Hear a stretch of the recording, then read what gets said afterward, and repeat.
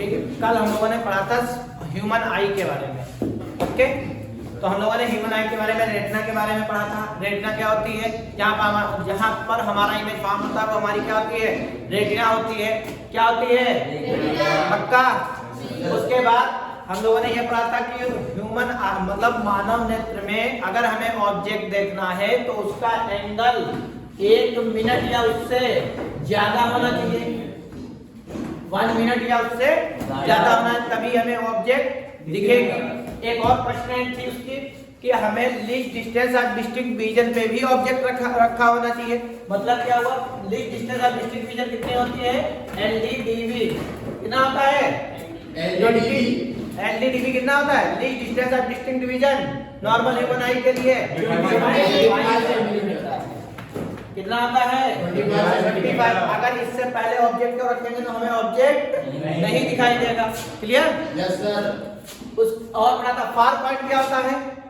Far point infinity की। Far point कितना होता है? इन्फिनिटी। अगर कोई ऑब्जेक्ट इन्फिनिटी पे होता है तो हमारी जो आंख होती है वो रिलैक्स स्टेट में होती है, मतलब नॉर्मल होती है, रिलैक्स स्टेट में।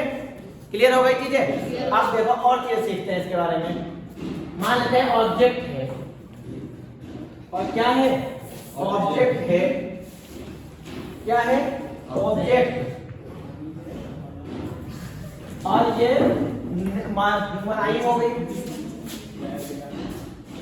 ऑब्जेक्ट मान लेते यहाँ पे रखा है। ओके, ये LDDB पे है, लीस्ट डिस्टेंस और डिस्टिंक्ट विजन पे है, मतलब 25 सेंटीमीटर पे है। और जो हमारी आंख पे जो एंगल बना रहा है वो बना रहा है 1 मिनट से कम। कितना बना रहा है? 1 मिनट से कम। Theta is less than 1 minute. तो हमें ये ऑब्जेक्ट दिखेगी? नहीं दिखेगी। हमें ये ऑब्जेक्ट नहीं 1 मिनट। ठीक है, 1 मिनट नहीं पता क्या होता है? 1 डिग्री इज इक्वल टू होता है 60 मिनट। ओके, तो 1 मिनट इज इक्वल टू कितना हो जाएगा? 1/60 डिग्री। मतलब क्या हुआ कि अगर हम लोग 1 डिग्री के 60 पार्ट करें, ठीक है, उसका जो 1 पार्ट होता है वो हमारा 1 मिनट के बराबर होता है। अगर जैसे हमारा 1 मिनट होता है 60, वो 1 डिग्री होता है 60 मिनट। कितने के? 60 मिनट के। तो 1 मिनट इक्वल टू क्या हो जाएगा? 60। 1 मिनट इक्वल टू हो जाएगा 1/60 डिग्री के। ठीक है, अब ये क्या होगा? जैसे 1 डिग्री बना एंगल, ये 1 डिग्री, इसके अगर हमने 60 पार्ट किए तो इसका जो 1 पार्ट है वो 1 मिनट के बराबर। क्लियर हो गई चीज? क्लियर हो गई? आगे अब ये 1 मिनट से जो एंगल बना रहा है ये कम है और लीस्ट डिस्टेंस और डिस्टिंक्ट विजन पे भी है। अगर हम इसको आगे और बढ़ा दो, मान लेते हैं यहाँ पे बढ़ा दिया, अब ये एंगल बना रहा है, अब देखो ये बड़ा एंगल बना रहा है इससे। मान लेते हैं ये 1 मिनट से अब ये ज्यादा बना दिया, तब भी तो हमें ऑब्जेक्ट नहीं दिखेगी। तब भी हमें ऑब्जेक्ट नहीं दिखेगी। रीजन क्या है? कंस्ट्रेंट आ गई वो कि 25 सेंटीमीटर से अगर पहले है तो ऑब्जेक्ट हमें क्लियर नहीं दिखेगी। तो चाहे 1 मिनट से ज्यादा एंगल हो जाए, चाहे 1 मिनट से ज्यादा एंगल हो जाए, तो इन सब चीजों को रिमूव करने के लिए हमें जरूरत पड़ी माइक्रोस्कोप की। तो पहला पढ़ते हैं जिसको बोलते हैं सिंपल माइक्रोस्कोप। अब कुछ और चीजें यहाँ पे लिख लेते हैं, देख लेते हैं इसके बारे में। ये चीज समझ गए? यस। इसमें कोई दिक्कत? हाँ सर। अगर ये बात समझ में आया नितिन? ओके, और देखें, अब एक होता है विजुअल एंगल। क्या होता है? Visual angle. VISU visual angle. Visual angle क्या होता है? विजुअल एंगल क्या होता है? एक ऐसा एंगल जिससे हमें ऑब्जेक्ट क्या दिखती है? Angle form at eye by the object. नहीं समझ में आया ना? अब देखो, जैसे को आई बना लो, कोई ऑब्जेक्ट है, जो ऑब्जेक्ट हमारी आंख पे एंगल बनाता है उसको बोलते हैं विजुअल एंगल। समझ में आया? अगर ऑब्जेक्ट जो है वो हमारी आंख पे जितना एंगल बनाती है उसको बोलते हैं विजुअल एंगल। मतलब जैसे ये ऑब्जेक्ट है, इसने यहां से यहां तक ये ऑब्जेक्ट है, इसने आंख पे एंगल बनाया मान लो थीटा, तो ये जो थीटा है ये विजुअल एंगल कहलाएगा। Visual angle. Okay, any angle form by our eye by the object, मतलब जो ऑब्जेक्ट हमारी आंख पे एंगल बनाता है उसको बोलते हैं विजुअल एंगल, मगर वो ऑब्जेक्ट क्या होना चाहिए, देखने वाला। क्लियर हो गई? Yes sir. एक और चीज सीखते हैं, ये समझ गए ना विजुअल एंगल क्या होता है? Yes sir. Any angle form by object is called visual angle. कहां फॉर्म करेगा? हमारी आंख पे करेगा। Okay, clear? ये जल्दी लिखो। Angle form at eye, angle form at eye, Any angle form at eye, I suppose ई भाई ये आई, हाँ लिख लो, eye by the object, by the object is called या is known as visual angle, is known as visual angle. ये diagram बना दो, ये क्या है? आई, बना लो जल्दी। उसके बाद आता है मैग्नीफाइंग पावर। क्या होती है? Magnifying power, magnifying power, magnifying power क्या होती है? मैग्नीफाइंग पावर होती है बीटा अपान अल्फा। क्या होती है? बीटा अपान अल्फा। इसको बोलते हैं एम से लिखते हैं। किससे लिखते हैं? एम से। इसका क्या है? जैसे हमने कोई एक ऑब्जेक्ट रखा, उसका इमेज बनेगा, तो जो ऑब्जेक्ट इमेज ने एंगल बनाया कहां पे? हमारी आंख पे, और जो ऑब्जेक्ट ने एंगल बनाया कहां पे? हमारी आंख पे। इन दोनों का रेशियो क्या कहलाता है? मैग्नीफाइंग पावर कहलाता है। ठीक है, समझ में आया? ये एंगल कौन बना रहा है? इमेज बना रहा है। और ये कौन बना रहा है? ऑब्जेक्ट बना रहा है।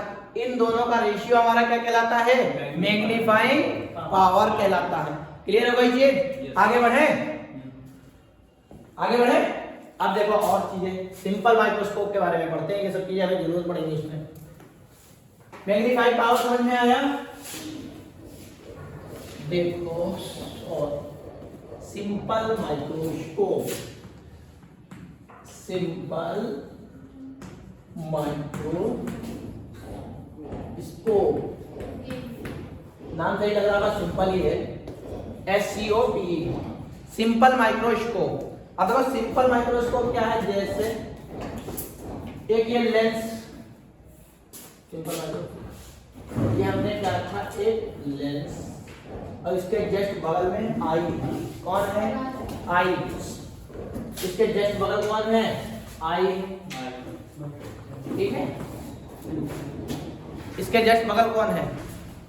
बिल्कुल यहीं पे हमने आई कर दिया। ओके, तो इसकी फोकल लेंथ होगी यहाँ। ओके, अब देखो हमने क्या कहा था? हमें एंगल को बढ़ाना है। एंगल ही तो बढ़ाएंगे तभी हमें ऑब्जेक्ट दिखेगा,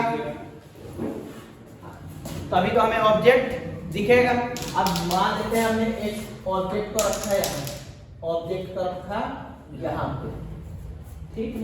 और जब ऑब्जेक्ट को रखा तो थीटा की वैल्यू ये NDDV से पहले रखा है। फिर कहां से पहले रखा है? NDDV से। NDDV को हम लोग यहाँ पे D मान लो, D मानते हैं। Least distance of distinct vision 25 centimetre होती है, उसको रिप्रेजेंट करते हैं कैपिटल D से। हमने ऑब्जेक्ट रखा है, ये ऑब्जेक्ट रखा है, ऑब्जेक्ट की डिस्टेंस को U से लिखते हैं। किससे लिखते हैं? U से। अब इस वाले केस में U is less then D, मतलब क्या हुआ? हमने ऑब्जेक्ट को रखा है least distance of distinct vision से कम दूर डिस्टेंस पे, तो क्या हो रहा है? एंगल बना रहे हैं हमारी आंख पे। जो एंगल बना रहा है उसकी वैल्यू कितनी है? थीटा इज, या थीटा मान लो या अल्फा मान लो, alpha is less than 1 minute. किससे कम है? 1 मिनट से कम है, और NDDV से पहले रखा है। तो हमें ये ऑब्जेक्ट नॉर्मल आई से नहीं दिखेगा। ठीक है, तो जब हमें नॉर्मल आई से नहीं दिखा, फिर हमने क्या किया? हमने एक लेंस लिया, सिंपल माइक्रोस्कोप जिसको, तो उसमें लेंस रखा, लेंस को हमने आंख के पास ही मान लिया। ठीक है, तो जो लेंस पे जितना एंगल बनाएगा वही आंख पे बनाएगा, समझ गए। अब देखो, और जो ऑब्जेक्ट है इस तरीके से हमने इसको रखा कि इसकी जो ऑब्जेक्ट को ऐसी प्लेस पे रखा कि इसका ऑप्टिकल सेंटर ऑफ फोकस के बीच में आ जाए। और कौन सा लेंस लिया है? कॉन्वेक्स। जब ऑप्टिकल सेंटर ऑफ फोकस के बीच में आ जाता है तो हमारा इमेज किस साइड फॉर्म होता है? सेम साइड फॉर्म होगा, इरेक्ट फॉर्म होगा, और इससे बड़ा बनाएगा। नहीं आया? आ गया ना। हमने क्या किया, इस ऑब्जेक्ट को यहाँ, इसका इमेज जो फॉर्म हो जाएगा वो कहाँ पे फॉर्म होगा? यहाँ पे, और इससे बड़ा फॉर्म होगा। ठीक होगा? इमेज कैसे बना होगा? ऐसे ऑब्जेक्ट एक लाइट में गई होगी, ये निकल गई, ठीक है, दूसरी लाइट है ये गई और ये ऐसे, और ये फॉर्म हो गया इमेज। मान लेते हैं जो हमारा इमेज फॉर्म हुआ है वो डी पे फॉर्म हुआ। कहाँ पे? डी पे। तो अगला देखो क्या है इसका डायग्राम। इस ऑब्जेक्ट को भी हम यहाँ पे यहीं पे सपोज कर लेंगे। तो देखो अगला डायग्राम क्या बनेगा? आंख वाला ऑब्जेक्ट वाला बनाना है, ठीक है। ये ऑब्जेक्ट को यहीं पे हो गया, ये डी पे रखो, और ये एंगल हो गया अल्फा, और इसने जो बनाया वो बीटा। तो देखो हमने एंगल भी बढ़ा दिया और डिस्टेंस भी बढ़ गई। मतलब क्या हुआ? डी से ज्यादा डिस्टेंस पे बन गया हमारा इमेज। अब देखो जब डी से ज्यादा डिस्टेंस पे बना है तो हमें, तो ये तो कंस्ट्रेंट हमने फॉलो कर लिया कि डी से ज्यादा होनी चाहिए डिस्टेंस, और एंगल भी बढ़ गया। ये एंगल हमारा क्या बनाएगा? डी। ये ऑब्जेक्ट रखा है यू, ठीक है, यहाँ पे इसको यू मान लो, यू। ओके, इतनी चीजें क्लियर हो गई, इसमें कोई दिक्कत? इसको डी मतलब डी तो माने थे डी। अच्छा, अब हम लोगों ने पढ़ा था 10 अल्फा। मैग्नीफाइंग पावर का फार्मूला क्या पढ़ा था बेटा? मैग्नीफाइंग पावर का फार्मूला m = बीटा अपान अल्फा।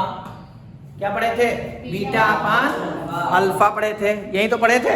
Yes sir. अब जब बीटा अपान अल्फा पढ़े थे तो यहाँ लिखेंगे अल्फा और beta, alpha and beta are very small. कैसे हैं?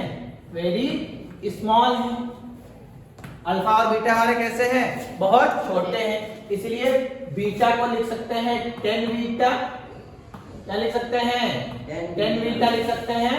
और अल्फा को लिख सकते हैं, क्या लिख सकते हैं? 10 अल्फा। तो मैग्नीफाइंग पावर का फार्मूला क्या हो जाएगा? 10 बीटा अपान 10 अल्फा। ये चीज क्लियर हो गई?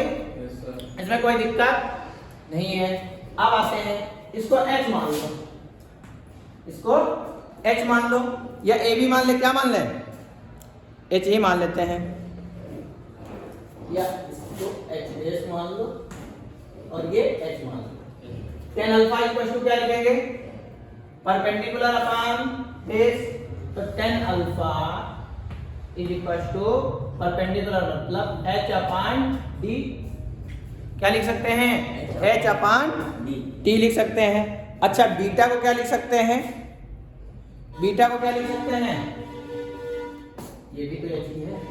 तो 10 beta equal to 10 beta equal to इस वाले फॉर्मूले में लगाओ h अपान u।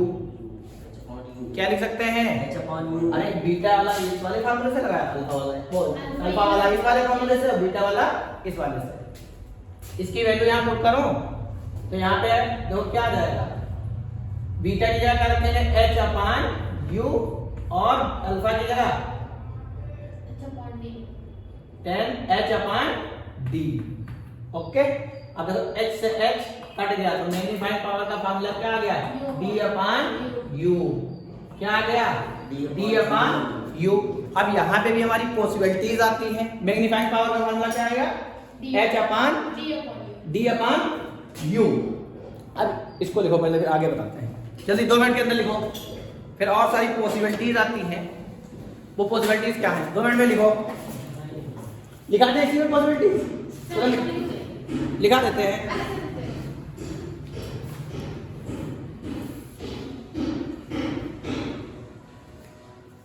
लिखा देते हैं व्हेन द इमेज, ये वाला हटा दो बेटा, ये वाला हटा देता हूं।